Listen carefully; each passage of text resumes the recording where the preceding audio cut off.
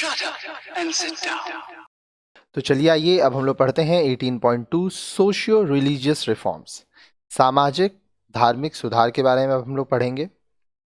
A distinct feature of the 19th century India was the urge for social and religious reforms which cut across caste and communities. 19वीं शताब्दी की सबसे प्रमुख विशेषता सामाजिक तथा धार्मिक सुधारों की इच्छा रही ताकि जाति तथा संप्रदायों के बंधन को समाप्त किया जा सके। India had a long tradition of religious reforms and social dissent. Bharat में सामाजिक तथा धार्मिक सुधारों की लंबी परंपरा रही है। During the ancient period, an urge for reform can be seen in Upanishadic text, Buddhism, Jainism, Vajrayana, तांत्रिज्म etc. प्राचीन काल में सुधार की यह प्रवृत्ति उपनिषदों, बौद्ध, जैन, व्रज्यान तथा तंत्रवाद में दिखलाई पड़ती है। During the medieval age, the popularity of the Bhakti and the Sufi saints is well known. मध्यकाल में भक्ति संतों तथा सूफी संतों की लोकप्रियता प्रसिद्ध है। Attempts to explore India's past by the first generation of British rulers helped to sharpen educated classes' consciousness of their own existence. British प्रशासकों की प्रथम पीढ़ी द्वारा भारत के अतीत के विषय में जानकारी प्राप्त करने के प्रयासों ने शिक्षित वर्ग को अपने अस्तित्व को जानने की चेतना जगाने में मदद की। Early reformers were grouping to find suitable answers. आरंभिक सुधार उपयुक्त जवाबों की तलाश में किए गए। But the agenda for the modernization was not set by the Western influence because the logic for reform was sought to be located within India's past. किंतु आधुनिकीकरण का स्वरूप पश्चिम प्रभाव में तय नहीं किया गया था क्योंकि सुधार के कारण भारत के अतीत से ही खोजे जाने थे। बंगाल रीनायंसेस, बंगाल में पुनर्जागरण। Reform movements which took deep roots within Bengal have often been termed as Bengal Renaissance. Bengal से प्रारंभ हुए सुधार आंदोलनों को अक्सर बंगाल पुनर्जागरण कहकर संबोधित किया जाता है। Bankim Chandra Chatterjee and Bipin Chandra Pal referred to development in the 19th century Bengal as a period of renaissance. Bankim Chandra Chatterjee तथा बिपिन चंद्र पॉल ने 19वीं शताब्दी में बंगाल में हुए सुधारों को पुनर्जागरण काल की संज्ञा दी है। It may not be proper to compare European Renaissance with developments in Bengal as the context was entirely different and the pattern not too similar. Europe में हुए जागरण से बंगाल की विकासात्मक गतिविधियों की हालांकि तुलना नहीं की जा सकती क्योंकि दोनों के संदर्भ में तथा ढंग पूरी तरह से अलग थे। However, the features which were referred to while talking of a Bengal Renaissance may be clubbed under three major categories, that is, historical rediscovery, linguistic and literary modernization, and socio-religious reforms.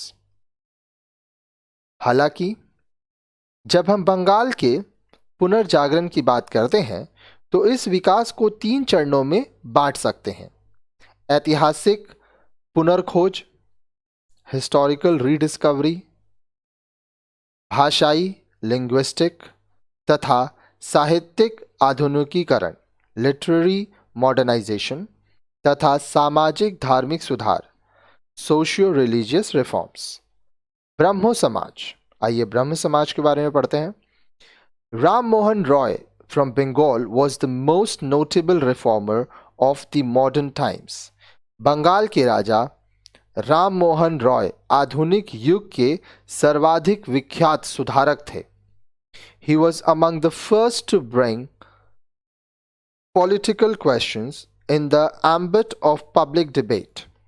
जन साधारण के बीच राजनीतिक मुद्दों पर बहस की शुरुआत का श्रेय उन्हीं को जाता है. His Atmiya Sabha, founded in 1814, discussed important social and political questions of the time. उनके द्वारा स्थापित आत्मीय सभा सन 1814 में ने अपने समय के महत्वपूर्ण सामाजिक तथा राजनीतिक मुद्दों पर बहस आरंभ की. In 1828, its enlarged edition was called the Brahmo Samaj, which was renamed Brahmo Sabha, which was renamed Brahmo Samaj later on. सन 1828 में इसका वृहद संस्करण ब्रह्म समाज के नाम से प्रसिद्ध हुआ. Soon he started touching upon many burning social issues of the time, including the widely prevalent practice of becoming a sati. जल्द ही उन्होंने समाज के ज्वलंत मुद्दों पर काम करना प्रारंभ कर दिया, जिनमें समाज के उन दिनों प्रचलित अमानवीय सती प्रथा थी. He rallied support to the efforts of William Bentinck, Governor General, for abolition of this custom and wrote extensively for the cause. आगे देखिए, उन्होंने तत्कालीन गवर्नर जनरल विलियम बेंटिक का सहयोग हासिल किया था तथा इस प्रथा के विरुद्ध लिखा था. In 1829, the custom of sati was formally abolished. सन 1829 में सती प्रथा को कानूनी तौर पर प्रतिबंधित कर दिया गया.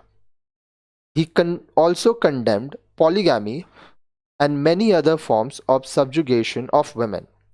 उन्होंने महिलाओं के साथ होने वाले हर प्रकार के अन्याय का विरोध किया. Roy was also an advocate of modern education. Roy आधुनिक शिक्षा के भी हिमायती थे. He opened an English school as well as a Vedanta college in 1825. उन्होंने वेदांता कॉलेज सन 1825 के साथ साथ ब्रिटिश स्कूल भी खोले. He was a firm believer in the concept of one God. वह एक ईश्वर को मानते थे.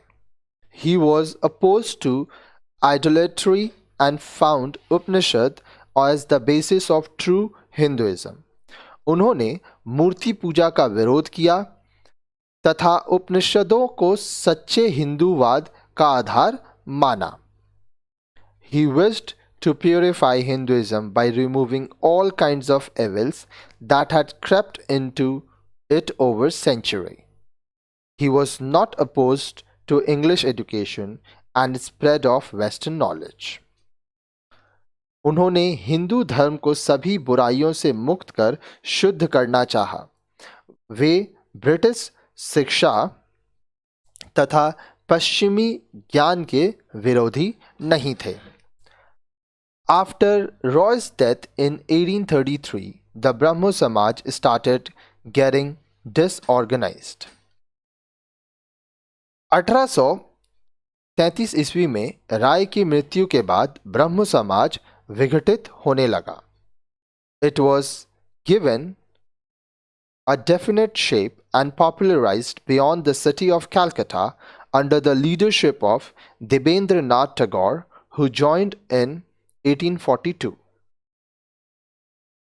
1842 ईस्वी में उसका संगठन तथा कलकत्ता से बाहर विस्तार श्री देवेंद्रनाथ टैगोर के नेतृत्व में हुआ.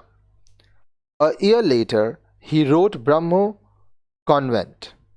This convent was a statement of the creed of the Samaj and made a list of the duties and obligations to its members. अब देखिए, श्री टैगोर ने ब्रह्मोपरण की रचना की, जिसमें सदस्यों के कार्य का विवरण प्रस्तुत किया कि क्या क्या चीजें उन्हें करने हैं और क्या क्या चीज वो नहीं करेंगे. Keshav Chandra Sen 1838 to 84, who joined the Samaj in 1858, was a very eloquent and persuasive leader. Keshav Chandra Sen 1838 से 1884 इनका जन्म और मृत्यु का बताया जा रहा है.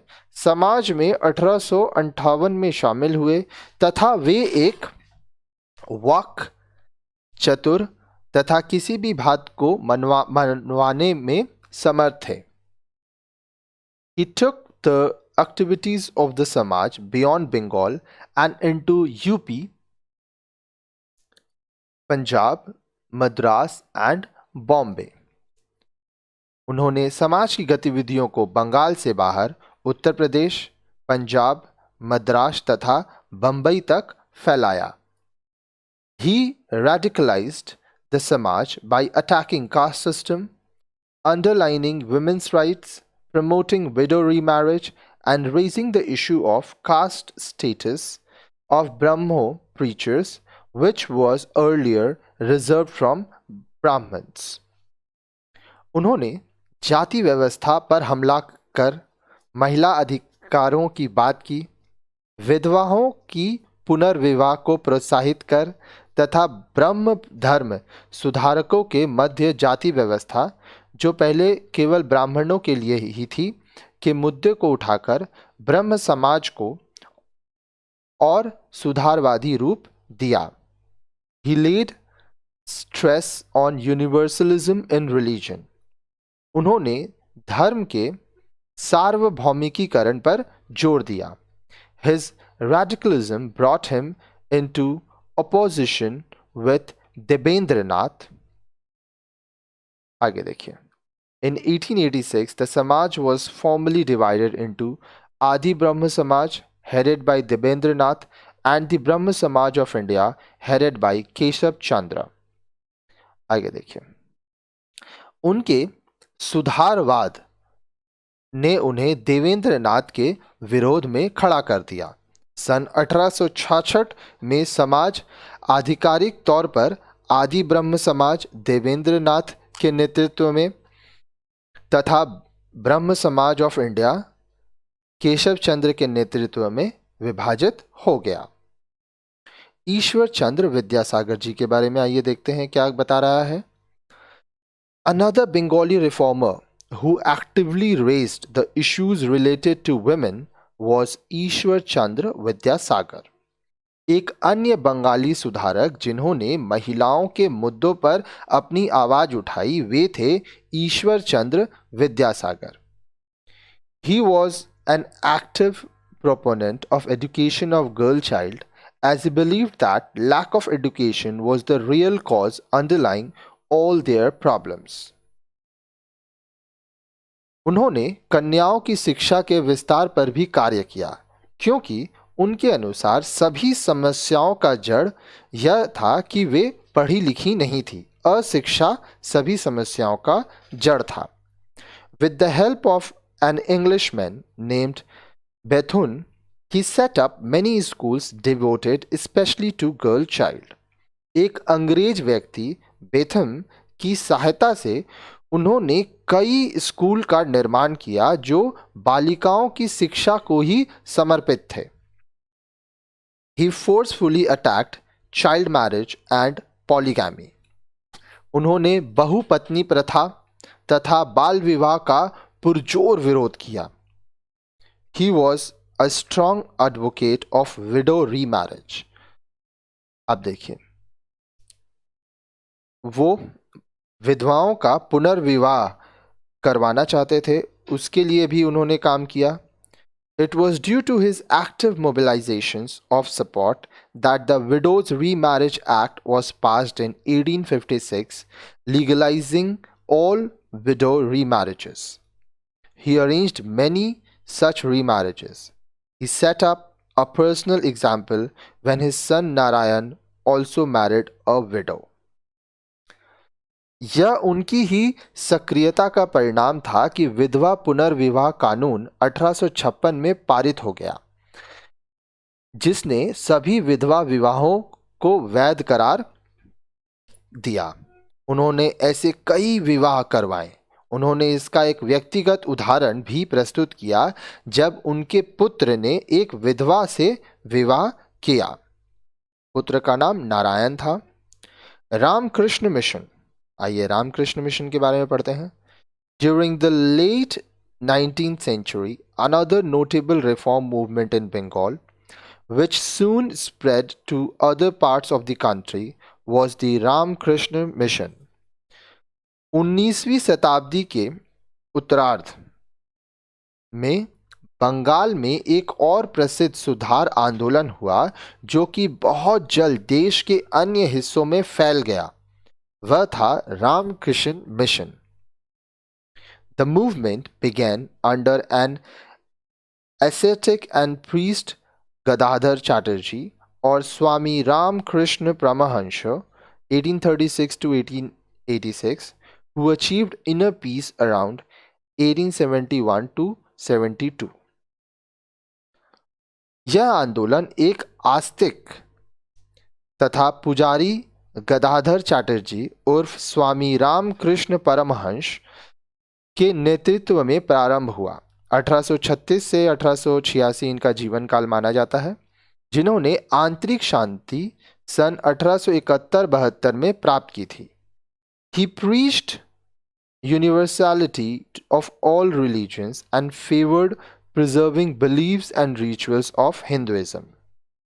उन्होंने सभी धर्मों की एकता तथा हिंदू धर्म में विश्वासों और रीति रिवाजों के पालन पर जोर दिया। Among his important disciples was Narendranath or Swami Vivekanand, who accepted Ramakrishna as his guru in 1885. आगे देखिए, उसके मुख्य शिष्य में थे नरेंद्रनाथ उर्फ स्वामी विवेकानंद, जिन्होंने रामकृष्ण को अपने गुरु के रूप में सन 1885 में स्वीकार किया था। He spread the message of spiritual Hinduism in America and Europe during his tour of 1893 to 97. उन्होंने सन 1893 से 1897 के अपने अमेरिका तथा यूरोपीय दौरे के दौरान आध्यात्मिक हिंदूवाद का संदेश प्रसारित किया। He established Ramakrishna Mission in 1897 and set up a math at Belur. He died at a young age of 40 in 1902. अब देखिए, उन्होंने सन 1897 में रामकृष्ण मिशन की स्थापना तथा बेलूर मठ का निर्माण किया। वे 1902 में 40 वर्ष की अल्प आयु में ही स्वर्ग सिधार गए। Vivekanand was opposed to degeneration in religion, manifold divisions, caste rigidities, practice of untouchabilities, superstitions, etc. Vivekananda धर्म की अवगति के, विविध वर्गों के, जाति व्यवस्था के, अस्पृश्यता के तथा अंधविश्वास इत्यादि के घोर विरोधी थे। He pointed out that the present condition of Hindus was due to their ignorance, which was helped by their being a subject race. उन्होंने जोर देकर कहा कि हिंदुओं की यह हालत उनके द्वारा अपने इतिहास के प्रति अज्ञानता के कारण है। He attempted to establish Hindu spiritual supremacy vis-a-vis the selfish civilization of the West. However, he believed that India had to learn work ethics, forms of organization, and technological advances from the West. उन्होंने हिंदुओं की आध्यात्मिक सर्वोच्चता को पश्चिम के स्वार्थी समाज से श्रेष्ठ सिद्ध किया। हालांकि उनका मानना था कि भारतीयों को पश्चिम से कार्यनीतियां, संगठन के स्वरूप तथा तकनीकी विस्तार सीखना चाहिए। आगे देखिए, reform movements in western India, पश्चिमी भारत में सुधार आंदोलन। Many important reforms movements arose during the 19th century Western India. 19वीं सदी में ही भारत के पश्चिमी हिस्से में कई सुधारवादी आंदोलन प्रारंभ हुए। Reformers like K.T. Tilang, V.N. Mandalik, and R.G. Bhandarkar glorified India's past. सुधारवादी जैसे K.T. Tilang, V.N. मांडलिक तथा R.G. भंडारकर ने भारत के अतीत को गौरवान्वित किया। There were some who led a direct attack on social evils like caste system and encouraged widow remarriage, example Karsan Das Mulji and Dadoba Pandurang। उनमें से कईयों ने सामाजिक बुराइयों जैसे जाति व्यवस्था पर प्रहार कर विधवा विवाह को प्रोत्साहित किया, जैसे कि करसोन दास मुलजी तथा दबोदा पंडुरंग।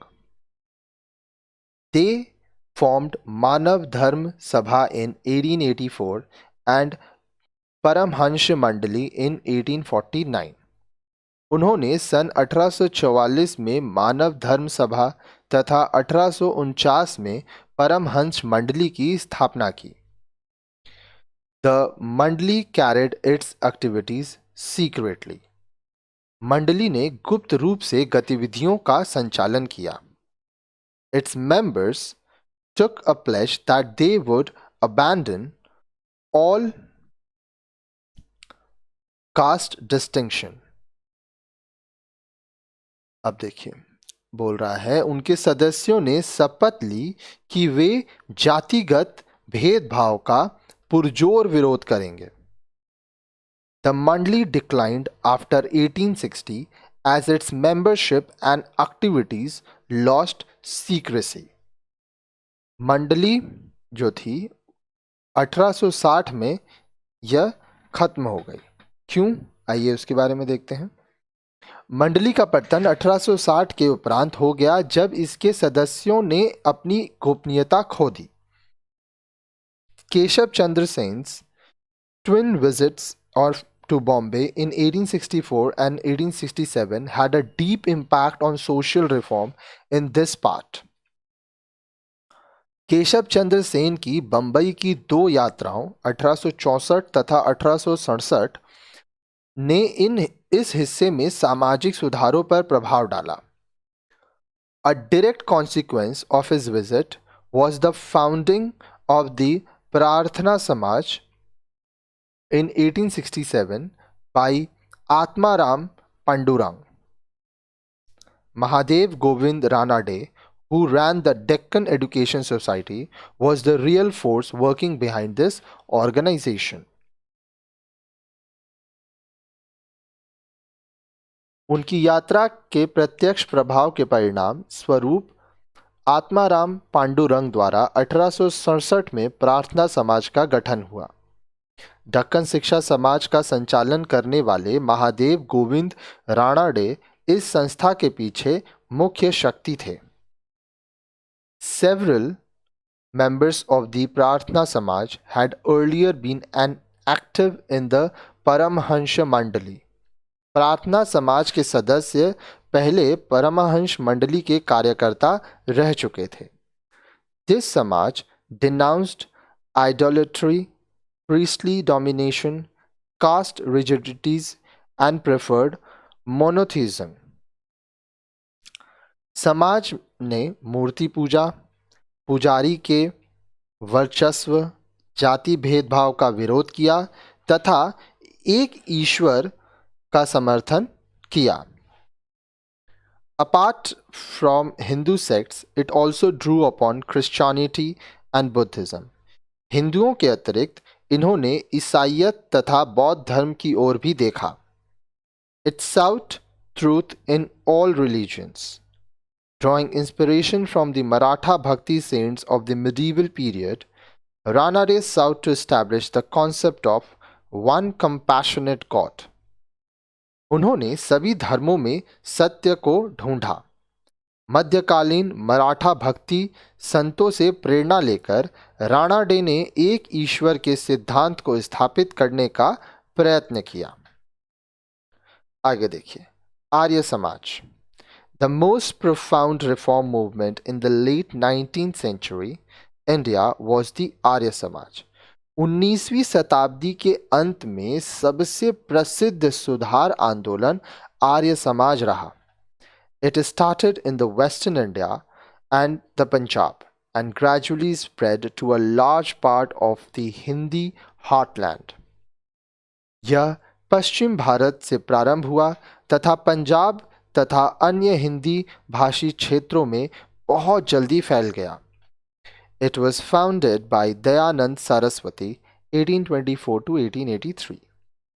इसकी स्थापना दयानंद सरस्वती ने की।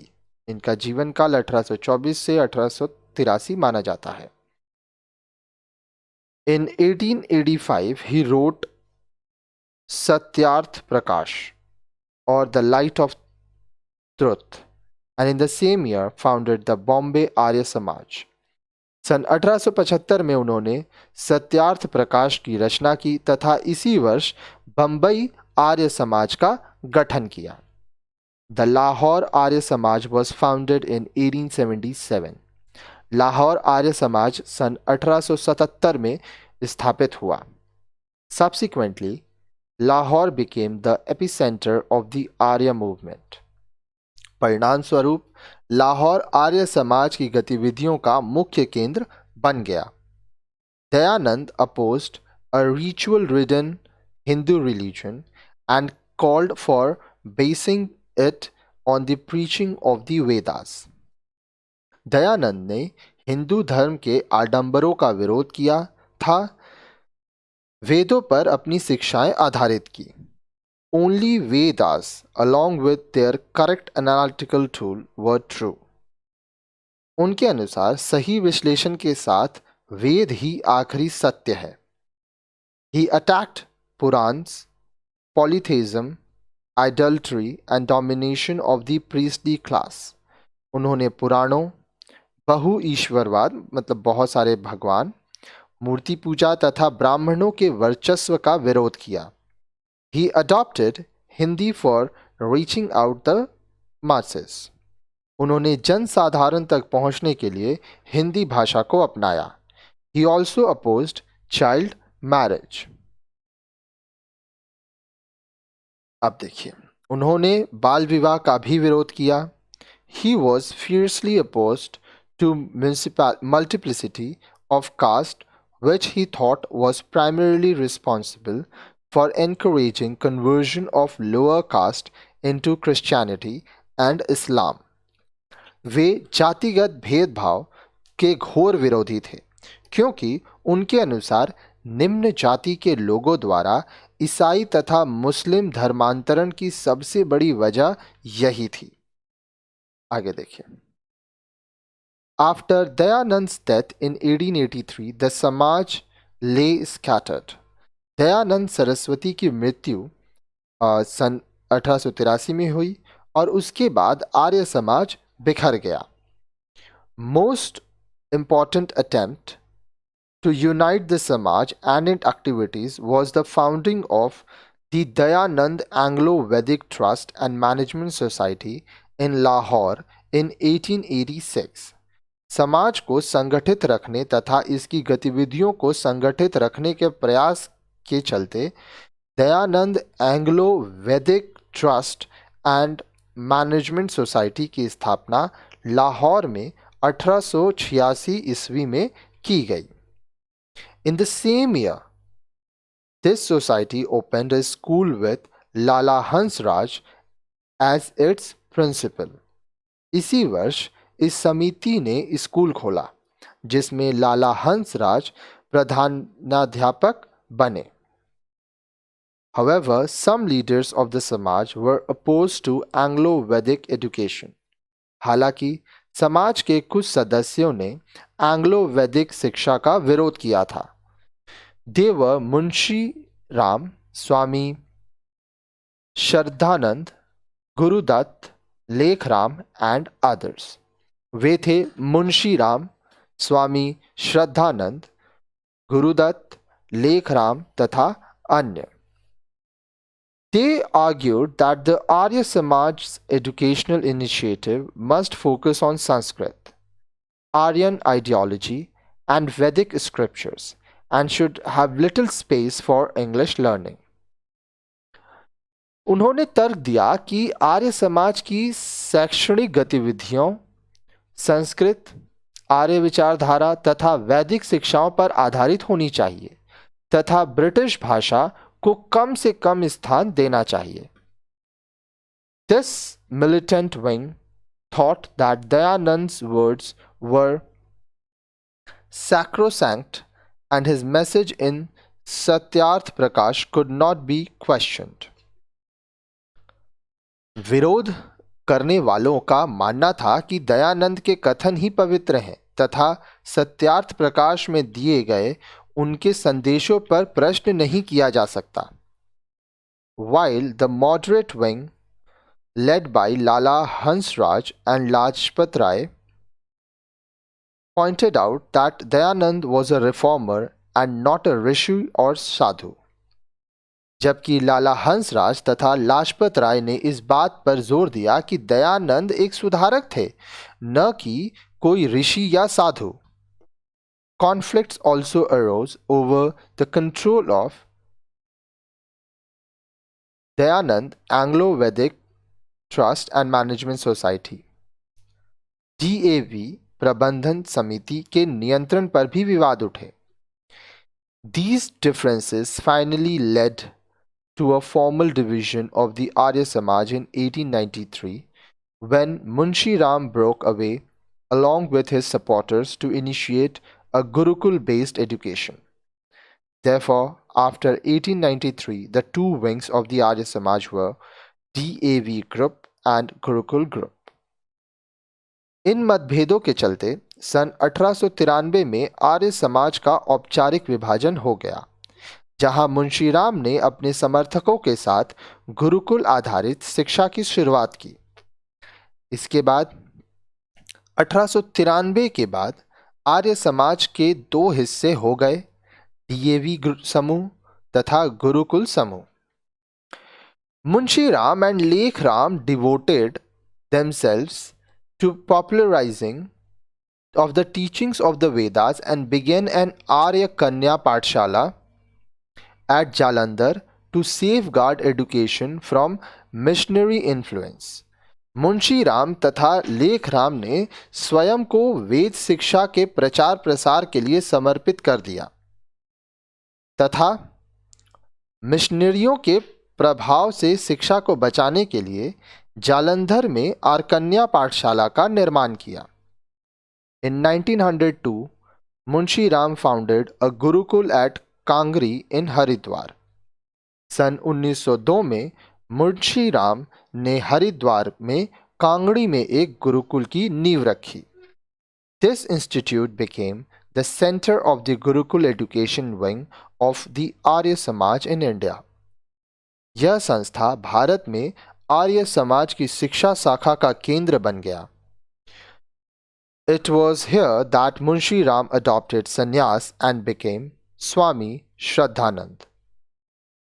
यहीं पर मुंशी राम ने संन्यास लिया तथा स्वामी श्रद्धानंद बन गए. The two wings of the Arya Samaj, that is DAV wing and the Gurukul wing, had differences on the question of education but were united on important political and social issues of the time. Arya Samaj की दोनों शाखाएं अर्थात DAV तथा गुरुकुल शिक्षा के मुद्दों पर तो अलग अलग मतों वाली थीं, किंतु महत्वपूर्ण सामाजिक, राजनीतिक तथा सामाजिक मुद्दों पर एक थीं. The Arya Samaj as a whole opposed conversion of Hindu to Islam and Christianity and therefore advocated reconversion of recent converts to Hinduism. This process was called Shuddhi. अब देखिए, पूर्ण रूप से आर्य समाज ने हिंदुओं के ईसाई तथा इस्लाम में धर्मांतरण को पूर्ण रूप से गलत ठहराया तथा धर्मांतरित हुए हिंदुओं की पुनः स्वधर्म में वापसी करवाई। इस प्रक्रिया को शुद्धि कहा गया।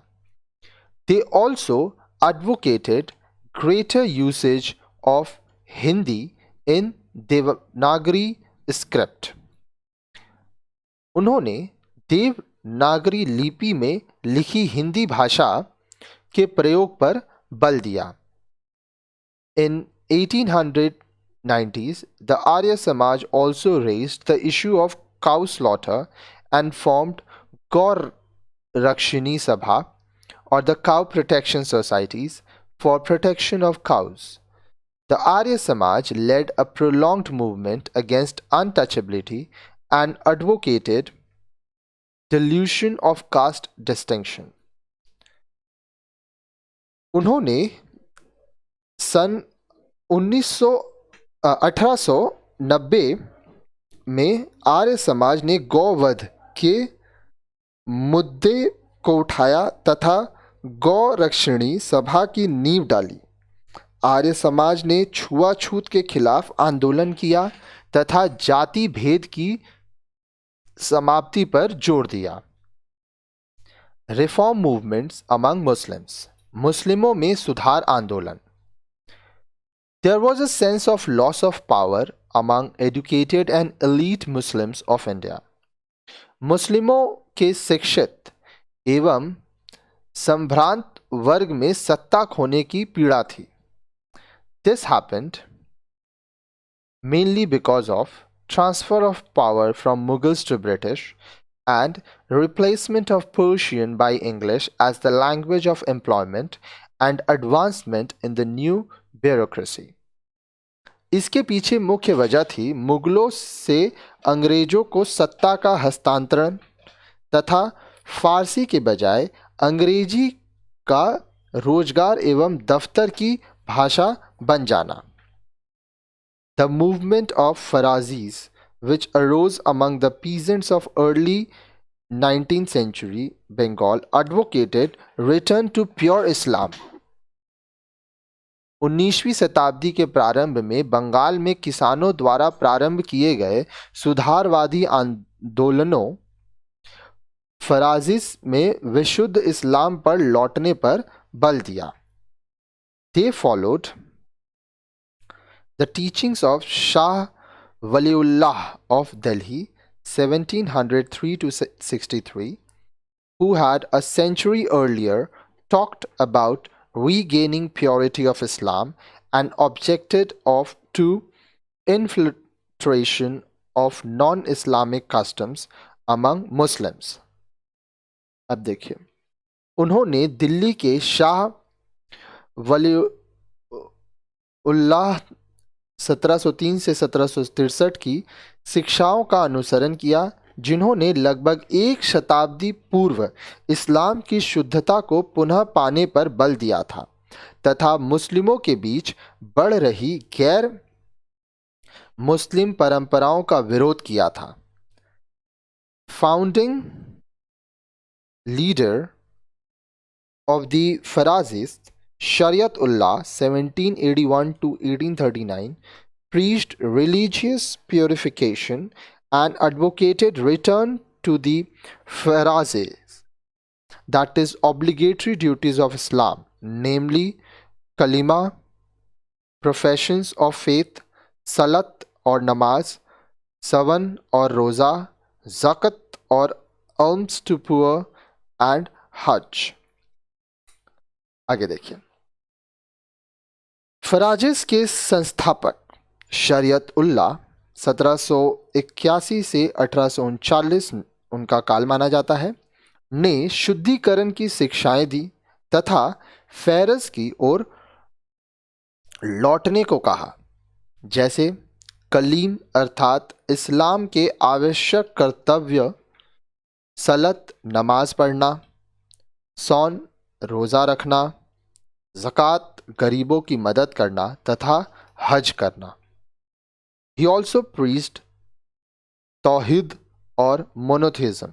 उन्होंने एक ही खुदा अर्थात तौहीद के विचारों को बढ़ावा दिया।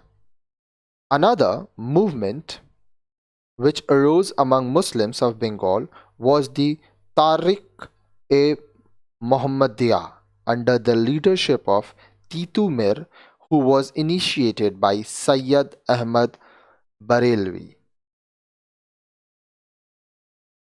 अन्य आंदोलन जो मुसलमानों के बीच हुआ वह था तारिक ए मुहम्मदिया, जो कि टीटू मीर के नेतृत्व में हुआ था तथा सैयद अहमद बरेलवी के नेतृत्व में आगे बढ़ा। This movement also talked about return to past purity. इस आंदोलन ने भी अतीत की शुद्धि पर लौटने पर जोर दिया।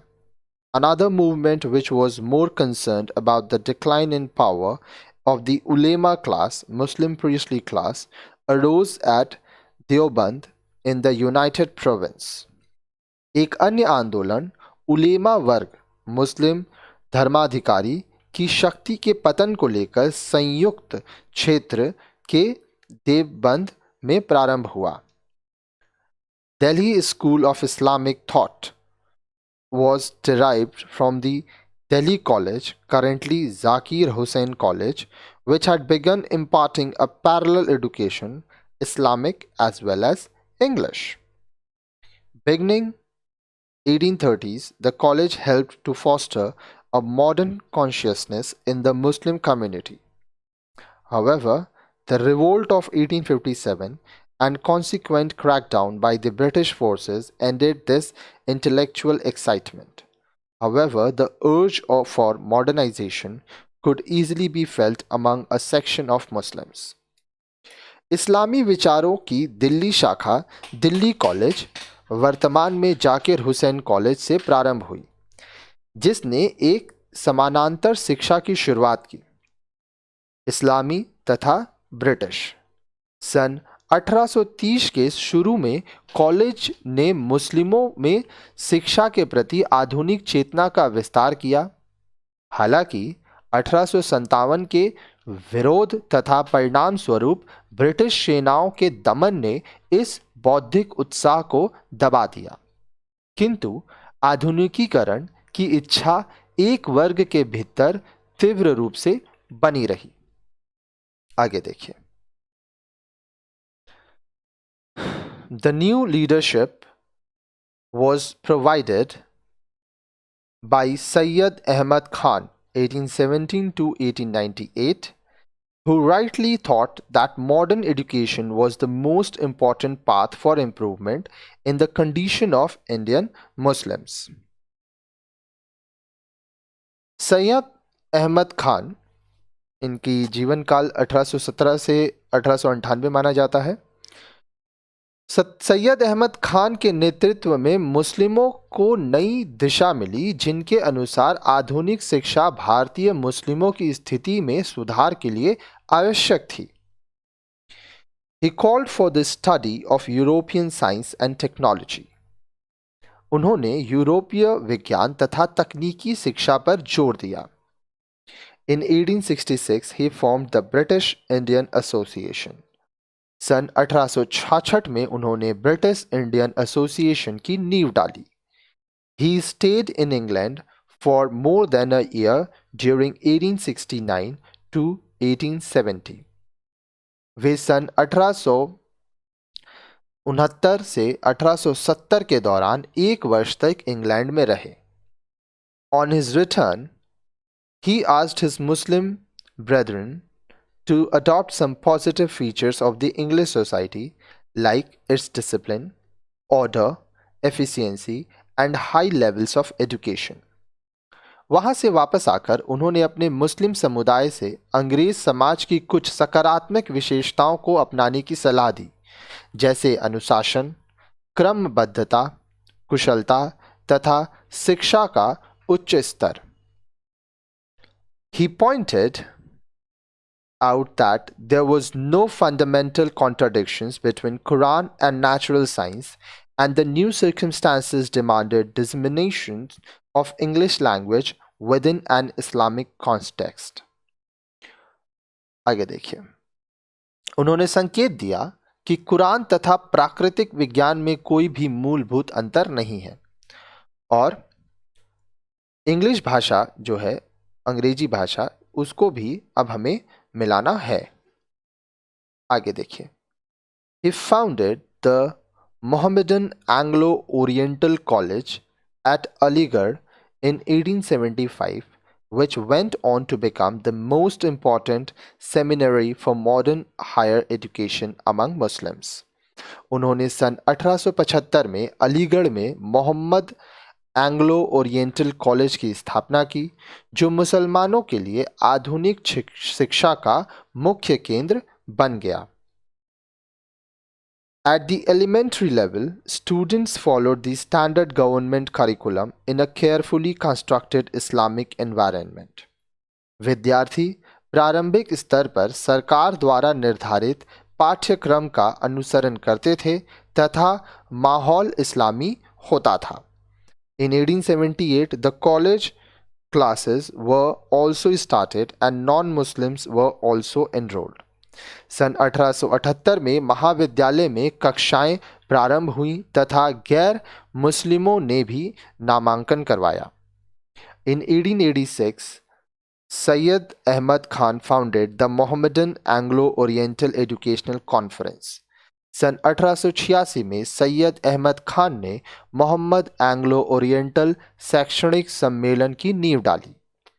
The Muslim graduates of Aligarh, who numbered 220 during 1882 to 1902, provided lot of excitement to the Muslim intellectual world and in due course of time provided an able and modern leadership to the community. आगे देखिए, अलीगढ़ के मुस्लिम स्नातकों ने, जो कि 1882 से 1902 के दौरान 220 की संख्या में थे, मुस्लिम बुद्धिजीवियों को प्रभावित किया तथा समाज को साथ एक योग्य तथा आधुनिक नेतृत्व प्रदान किया। इम्पैक्ट ऑफ रिफॉर्म मूवमेंट्स, सुधार आंदोलनों का क्या प्रभाव पड़ा, आइए वो देखते हैं। Reform movements of the 19th century set a strong background for the national liberation movement against the British imperialism. 19वीं शताब्दी में हुए सुधार आंदोलनों ने ब्रिटिश साम्राज्यवाद के खिलाफ राष्ट्रीय स्वतंत्रता आंदोलन की पृष्ठभूमि तैयार की। Some women reformers also played a prominent role in the social life of the 19th century. कुछ महिला आंदोलनकारियों ने भी 19वीं शताब्दी के सामाजिक जीवन में महत्वपूर्ण भूमिका का निर्वाह किया। One may mention such names as Pandita Ramabai in Western Part, Sister Subhalakshmi in Madras, and Ruqayya Sakhawat Hussain in Bengal. इनमें मुख्य नाम थे पश्चिम क्षेत्र में पंडिता रामाबाई, मद्रास में सिस्टर सुब्बा लक्ष्मी एवं बंगाल में रुकैया सखावत Hussain. Reform movements helped the growth of a modern middle class which was conscious of its rights. सुधार आंदोलनों ने आधुनिक मध्य वर्ग को जन्म दिया जो अपने अधिकारों के प्रति सजग था. Some Indian reformers also protested British attempts to pass those laws which they thought interfered with their religion and society. कुछ आंदोलनकारियों ने ऐसे ब्रिटिश कानूनों का विरोध किया जो उनके अनुसार धर्म में दखलंदाजी करने वाला था. This was evident in the case of the age of consummation of marriage by raising the age of consent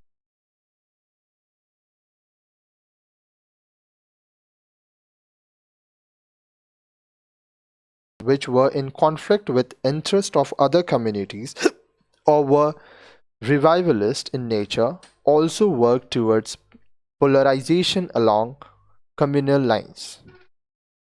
शादी की आयु 10 से बढ़ाकर 12 किए जाने के मामले से यह स्पष्टतः दिखाई देता है। हमें यह भी प्रतीत होता है कि इन सुधार आंदोलनों ने कुछ ऐसे भी मुद्दे उठाए जो कि अन्य संप्रदायों के हित के खिलाफ थे तथा आगे चलकर जिन्होंने सांप्रदायिकता को हवा दी।